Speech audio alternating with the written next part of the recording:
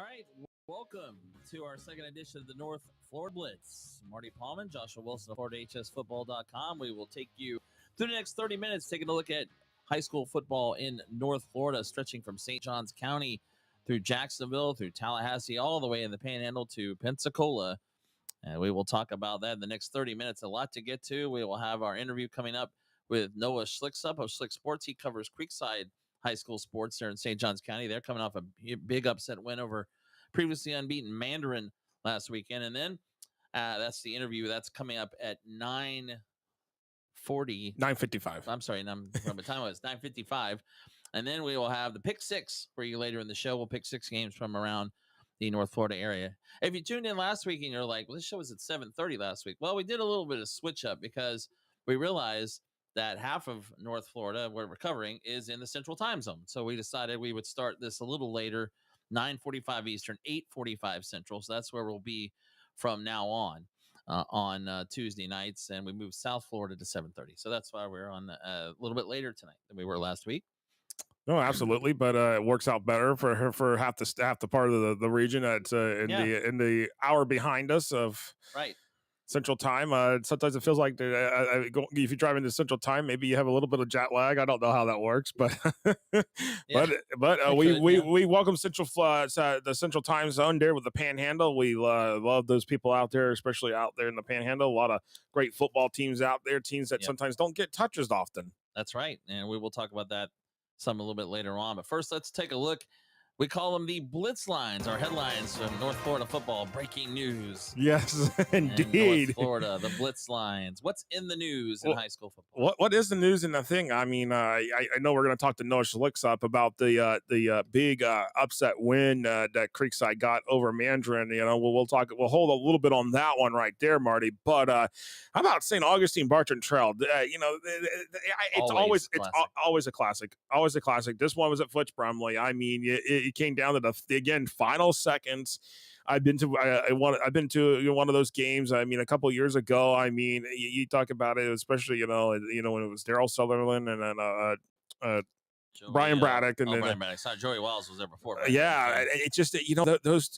I mean, when those two teams go at it, it's just there's probably games that St. Augustine has won that Bartram should have won, and there's probably games that St. Augustine's won that Bartram should have won. So I mean, or St. Augustine won, Bartram won as St. Augustine, and Bartram. It took Bartram years before they even got win number 1 in the series. So do you realize St. Augustine? I don't know how this happens. I think St. Augustine won like 17, 18 straight, 18 in a row. Bartram Trail won the last 5. But they always seemed like Bartram Trail would come in some years with teams that were just really good. And St. Augustine would find a way to beat them, usually at the end. And, this year, St. Augustine might be a little better. I think they were coming into that game, and they showed it. St. Augustine with the win. They get a field goal with 30 seconds to go. But, again, it was a classic game, went back and forth in the second half. And St. Aug wins 34-31. So they're now 4-0 as St. Augustine with wins over Bowles. They beat Brunswick, Georgia. And now they've beaten Bartram Trail. So good start for Brian Braddock's team here in 2023. Bartram Trail 2-2. They're pretty good, but of course their schedule is brutal because they've already played Mainland, St. Augustine. just going to play IMG Academy this week. Yeah, and that'll be a game on the Pick Six here this week. So just forewarning y'all. Right. I mean, and that's not the IMG Academy white team. That's not the IMG Academy blue team. It's the national team. Yeah, so just keep that in mind here as we go along. Yep. So that's a big win for St. Augustine. Meanwhile, you mentioned Creekside. That was another big headline in Northeast Florida. Creekside coming in 1-3. They've just been kind of blown out by Buchholz the week before. Not that that's anything that's. By the way, he's 5-0. Just beat Vanguard, who is also a very good team, by 20, 30-10. Shut them out in the second half. But Creekside comes home. They play an undefeated Mandarin team who's been rolling. They just rolled Riverside the week before, 50-20. Who's a really good Riverside team. And by the way, Riverside, the first team in the Sunshine State to clinch an FHA playoff berth here this season by winning District 2 and 3. Yeah, beat Ed White, so that got them the district title. But Creekside, a back and forth game with an undefeated Mandarin team, and then they were able to come back late and get a late score to win by 1. So a big win for the Creekside Knights. They needed that for Coach McIntyre. They're 2-3 their record, but they played a really tough slate. So Yeah. A big win for them last week at home against Mandarin. And of course, as we cruise out on the I-10 drive here, as we talk about some of the headlines here, Trinity Christian there gets a win over Columbia, a winless Columbia, who's 0-4 and going into district play this week. And I believe I want to say that they have who's that Columbia got? I want to say Orange Park, actually. They do have Orange Park. They have your alma mater. Yeah, the thing is, though, Columbia's schedule going into district play may be getting a lot easier because they've already played Madison County. They've played they do have bowls, by the way, in a couple weeks too. Columbia does. It's the schedule is pretty brutal there. But yeah, they lost last week to Trinity Christian, as you said. They have played DeLand. They lost to them on the road. So yeah, it's been a tough start for Columbia. Brian Allen back there in Lake City, but we'll see. They could still win a district title despite the fact they started 0-4. And by the way, the team that would be holding the spot for the playoff berth out of that district right this second is my alma mater, yours truly, Middleburg, right this second, sitting there at the 8th seed. Columbia is not even in the playoff picture right this second in terms of the top 8 teams. They need to win some games. They've got to win some games here. And so Columbia should be able to pick up for get out of the what do you call it? The Schneid. Get off the Schneid before? Yeah, that's when get that Columbia can get off the Schneid here this week and get win number 1. Of course, Middleburg has got a Ridgeview this weekend. I think that's going to be a pretty easy game there for the Broncos. Move the 2 and 3 on move the 2 and 2 on the season, I should say. Beachside, who is 4-1, totally shellacked them. 50-0. They beat Ridgeview. Although Beachside is a independent, not playing in a district this year, but 4-1 start for the second year of school there in St. Johns County. So, yeah, they beat Ridgeview bad. So, I think Middleburg will have a good shot to get their second win of the year. They beat Ribault last week for their first. So, 14-0 right there. Of course, driving out further along I-10, who's 5-0 for the first time since who knows when? The Leon. We talk about them every week now. Leon Lions. Because that's a team that usually most people have not talked about. Leon Lions.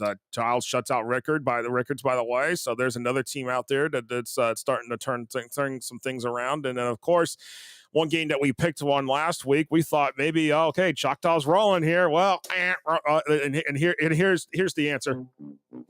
I think you had to use that at some point this week. Yes. Yeah, that was the wrong answer. And by the way, also on this one, we both picked Madison County to beat Florida High. Play that again, yeah.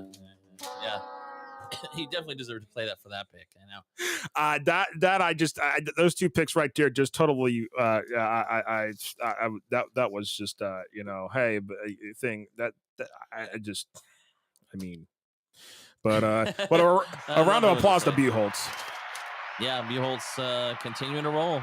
30-10. They beat Vanguard. They gave them a touchdown the first minute, turned the ball over. Vanguard scored, and then they allowed 3 points the rest of the game. And now, as you said, Buchholz 5-0, and they are I think they're on a bye. They're on a bye this week, and then next week they get Gainesville. But I mean, Gainesville's not that good, so. But their next test is going to be in 3 weeks. They play Bartram Trail here in Gainesville. So no, absolutely, and of course, some other teams out there to keep an eye out there in the Panhandle, especially teams that we don't usually talk about. Jay 4-0, Destin 5-0. Yeah, we saw them in the playoff. That's a game that's going to actually be on our pick six week for that Jay at Destin. I mean, Destin, they're only their second year as a team, or maybe third year. I think it's actually second year. Yeah. Coach named E.G. Green out there. E.G. Green, there's a name. Yes, State.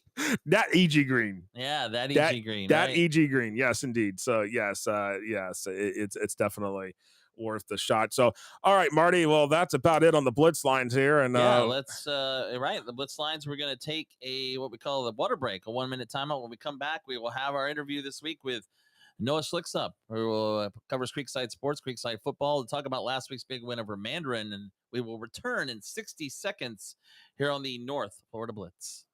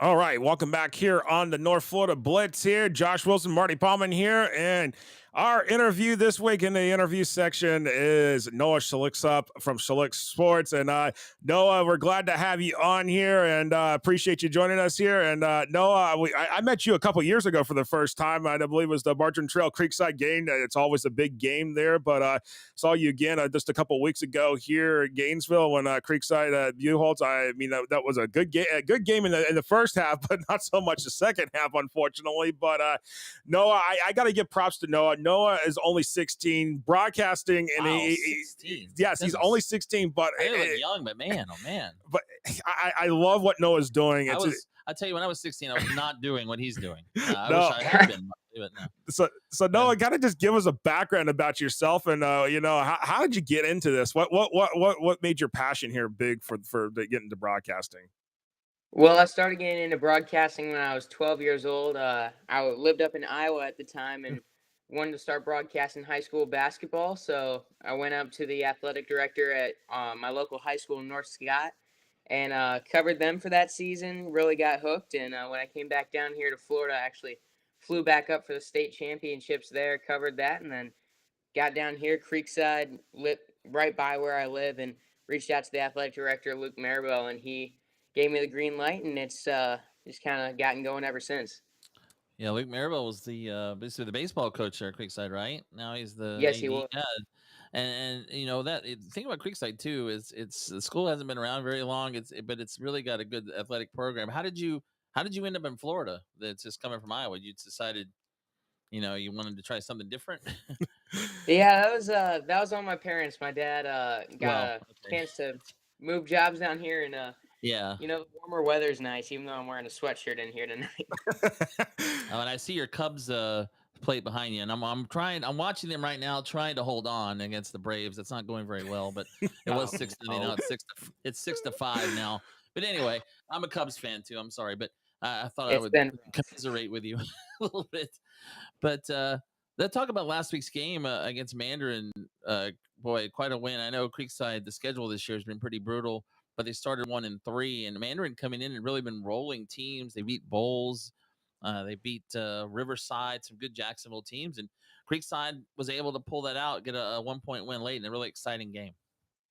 Yeah, that was quite the game for Creekside. That had been one that was really going to test them, and really they had to execute. That was their main theme going into the week. They had to execute. They felt the effort was there, that they had the right game plan. They just had to execute better, and that's what they did. All the things that they had struggled with in those games against Buchholz in that second half and Richmond Hill, Palm Beach Central, they came out and they fixed them. They had a really great game plan, locking down on Jamie French, who, as you guys know, is one of the best wide receivers in the country and probably one of, if not the best in the state.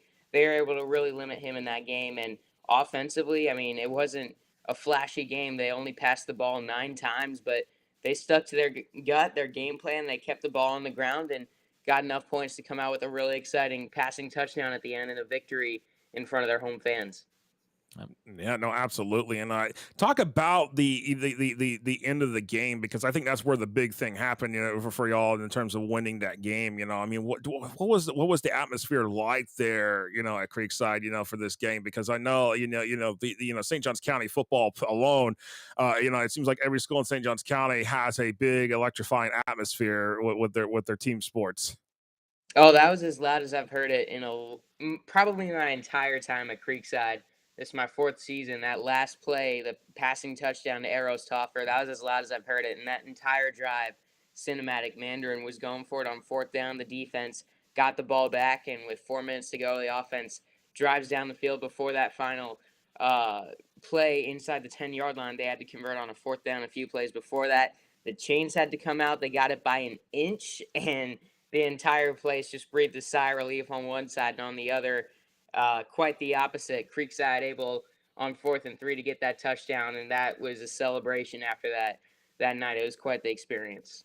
I mean, absolutely, and then that's the thing. And then, of course, I mean, just looking at Creekside, what did Coach McIntyre have to say after that game? Because I know that for them, especially the fact that you just came out, you just came off a 49-20 loss to Buchholz the week before in district play. It's like, it's like, hey, we actually have something momentum to carry into the district game against Oakleaf, who just played a very tough Bowls team, by the way, who is the team that Mandarin has beaten already this season. So there's a common thread here when we talking about in terms of the scheduling here. Yeah, Coach Mack was just really proud of the way his team executed. He said after the game that he was proud of the game plan they put together and how they executed it. I felt like just going down there after the game on the field, there's just kind of a sense of relief, and you could feel they had lost a little bit of confidence going to that week from those previous games. Obviously, really tough opponents, but getting a win against a good Mandarin team really boosted that team and could give them a great boost going into this really tough end of the schedule. And they need quite a few wins here after a 1-3 start. It gets even tougher because it's already been tough. Like you said, Palm Beach Central. You went to Brunswick, played in that game there, and then Buchholz. There's nothing wrong with losing to Buchholz. That's a really good team. But so what's coming up? You said the schedule is even tougher coming up for them. I wouldn't say. It really just depends. It's a really tough schedule all the way. They got Oakleaf homecoming this week, and as you guys know, Oakleaf, they're revamped. They got a great coach in Chris Foy, who's doing a fantastic job over there. They get the bye week, and then Bartram Trail at Bartram. That's never a game you want to miss. Creekside big rivalry. Yeah. Yeah, they've only come out with a win once there, and that's going to be an exciting game. Creekside's going to need that one, especially going into the playoffs. And then Ponte Vedra, Fleming Island, Atlantic Coast, really teams that have gotten even better this year. And it should be a really exciting stretch of games at Creekside. I'm looking forward to calling. No, absolutely. So we got a question. We're going to take a viewer question here, Noah, if you don't mind, from Christopher Like. Christopher Like, and Christopher Like is a good friend of mine, long time of a friend of mine who had the website TexasHSFootball.com for years. Right. So that's my inspiration for FloatHSFootball.com. Here, almost 15 years later, and Noah, he's got the question for you. Who are your influences in broadcasting? Len Casper from the start was the guy I listened to. The Cubs play-by-play man for many years, and I always wanted to be like him. I got the opportunity to talk with him over quarantine, still sometimes message with him to this day. He's my biggest influence, but I got plenty of others. I love listening to Gus Johnson, and of course you got Kevin Harlan, Jim Nance. I love listening to Boog Shambi now at the Cubs. Frank Frangie with the Jaguars I've gotten to meet recently. Oh, yes, Frank Frangie.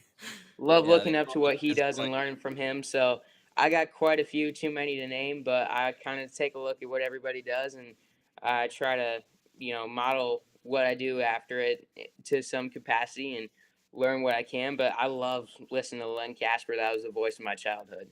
Oh, he's now I think he's with the White Sox, but he was with the Cubs a long time. And I'm sorry, I just went I went ooh, because it looked like the third out was happening, and in typical Cubs style, the fly ball was dropped with 2 outs. The Braves now are up 7-6. The oops ball. That's why I just all of a sudden in the middle, whoa, because I thought the inning was over. I couldn't believe it, but that's a Cubs thing. But anyway.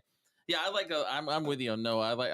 I like pretty much all those guys. I like listening to Boog as well, and he's been around. He used to work with the Marlins, the Rays. Dwayne Stats, we've had him for a long time here in Florida with the Rays. But I think it's a lot of the baseball guys. I'm with you. Do you do other Creekside sports? Like you do baseball, basketball, like other sports for them as well? Yeah, and you are devastating me with these Cubs updates. I went up; it was 6-0. Sorry, I know it's happening live too. I can't help it. We're trying to keep a happy mood here, but I know. I shouldn't be watching this game probably right now, but it's stressing me out. But anyway. Yeah, I do basketball. Started doing a little soccer last year for Creekside, and I love calling baseball as well. I do it every spring. I love baseball and football, and then in the winter I love basketball. That's how I got my start, and I added soccer here when I got down here. All right. Well, no, that's absolutely fun, and I got to give a shameless plug. No, if you ever can try to get an internship at 1010XL when you get up into the college ranks, because that's where I did an internship years ago when I was at Flagler College. That's also where Marty over there at 1010XL doing Bishop Kenny games. So I mean, it's all full circle these days with all the different connections and stuff. Like it, but.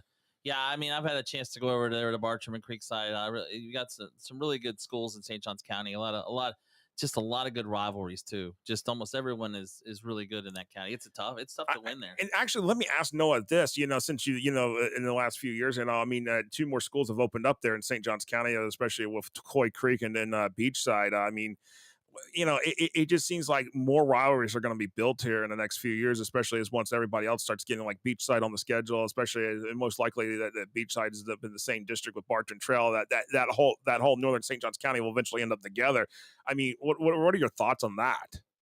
I love seeing the new rivalries built. I'm obviously at Creekside every week. I can't wait to go watch Bartram IMG on Creekside's bye week. But I've heard about this stuff where Tecoy Creek and Beachside, they're building a really big rivalry. I know people who were at that game, and they said that atmosphere was wild. I love to see the rivalries taking place. A lot of kids who know each other, who've played together, and that's the best part about all of this is that it's kids who have grown up playing football together. Now they're on opposite sides of the football field, and for an entire football game, they're enemies, but afterwards they're old friends making up again.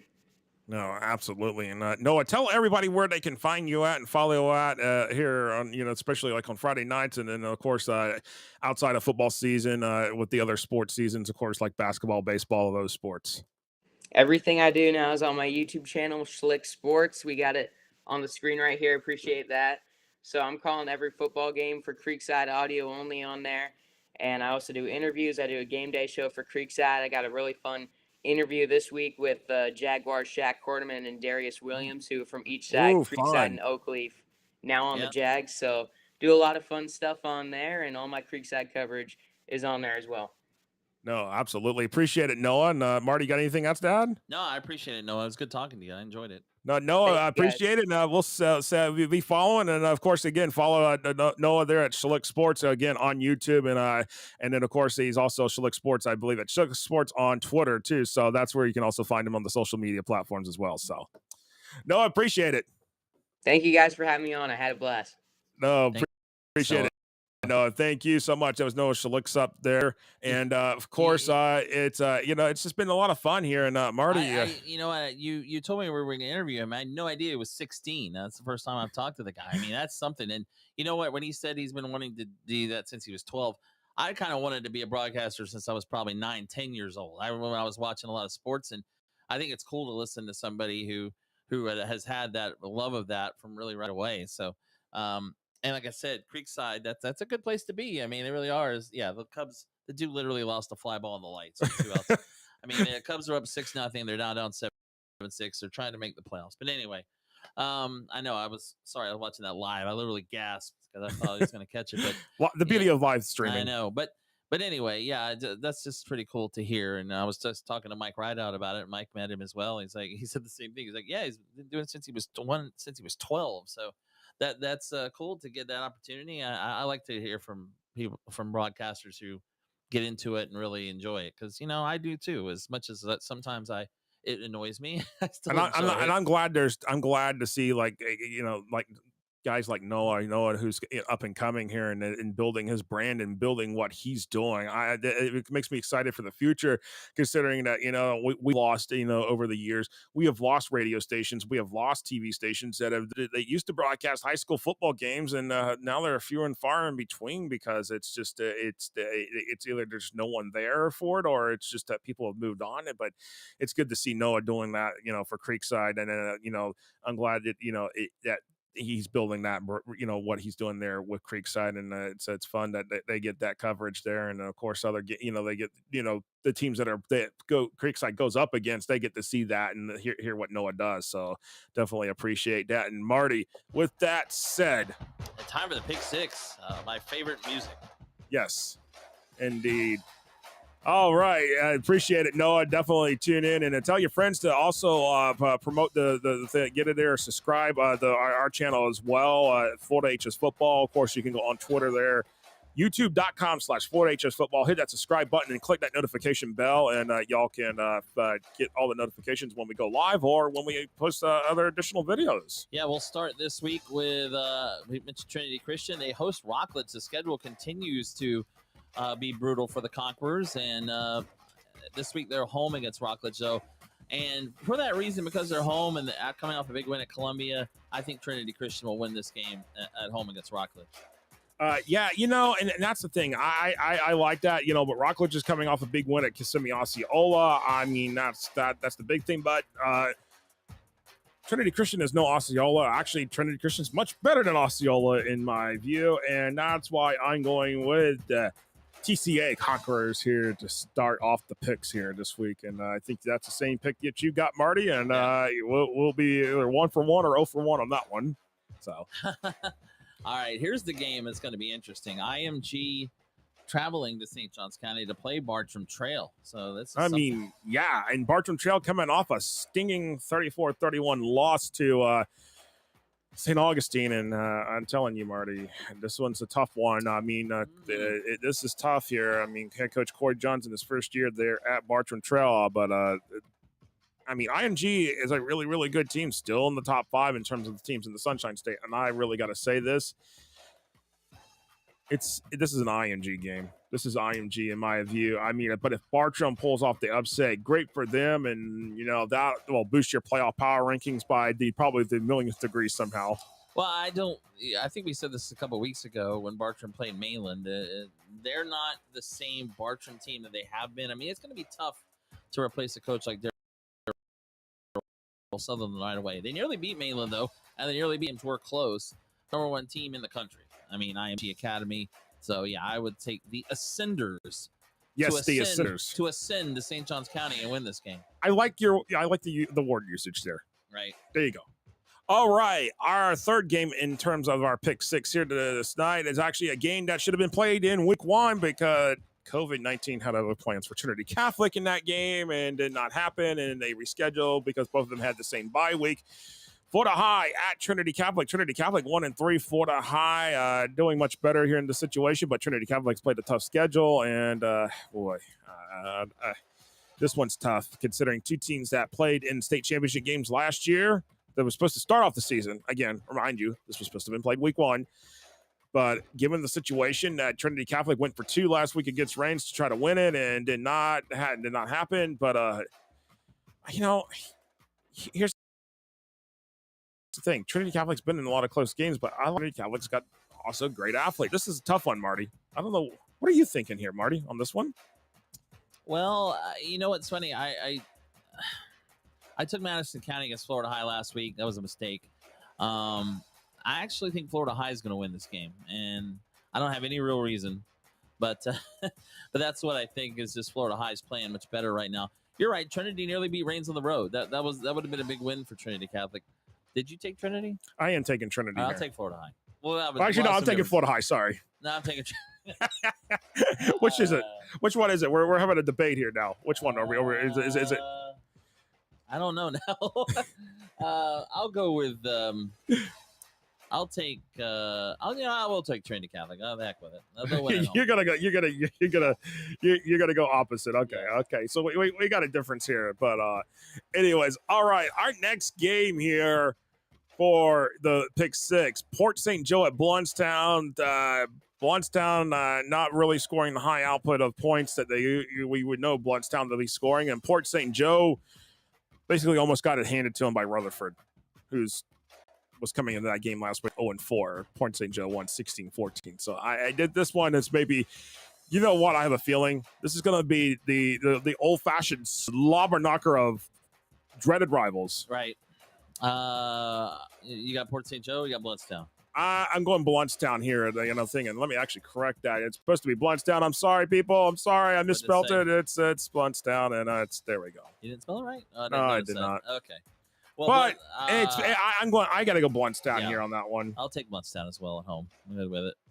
I mean, I just think it's just going to be one of those close games, and it's just hard to hear. But I just think Blountstown is going to be it. Yep, we're staying in the Panhandle. Pace and Gulf Breeze. Hello. I tell you, Pace, they're good. They've been good for I don't know how many years. I know it's a road game, but I will take Pace to win this game at Gulf Breeze.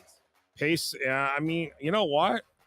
Part of me wants to go Gulf Breeze, but I want to go Pace. And by the way, our friends over at Marketable Sports, they will have the live game stream, marketablesports.tv. I think it's the website here, Marketable Sports. Johnny Mays over there. Give him a follow. Give them check out there. Marketable Sports there in the Panhandle. game of the week for them on their streaming channel as well. So Marketable Sports. So out there in the Panhandle. Check it out. All right, battle of two undefeated teams coming in here. Jay 0-4, Destin 5-0. Somebody has got to take an L here, Marty, this week, and that's that big thing. Jay at Destin, and actually that'll play to Destin Middle School because Destin Charter, which is actually Destin High, is actually a charter school, not a full public high school. It's open as a charter school for the residents of down there in Destin who were tired of making the cross to drive the bridge over the bay to go to Niceville. Right. Yeah, and in this game, you mentioned Jay being undefeated. Destin, wait, are they they're independent? They're independent. This is their second year of independent. They will be in a district next year. Okay. Or whatever it may be. And well, Jay's unbeaten. I'll stick with the Jaybirds. Start with the J Royals. Yeah, I know.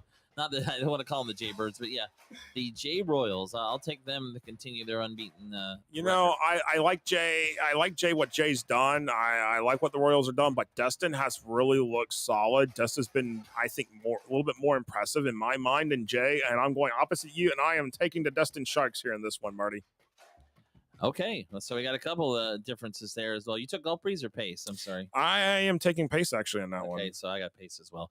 I learned I can't watch baseball during this show. It's just too much, especially Cubs and Braves. But anyway, well, that is going to do it for our second edition. Now, actually, any last thoughts? We're a few minutes past, but who cares? But, this is the final show of the night, but anybody is a thing. But appreciate Noah Schlicksup joining us here. Yeah, and it's great to have somebody like that.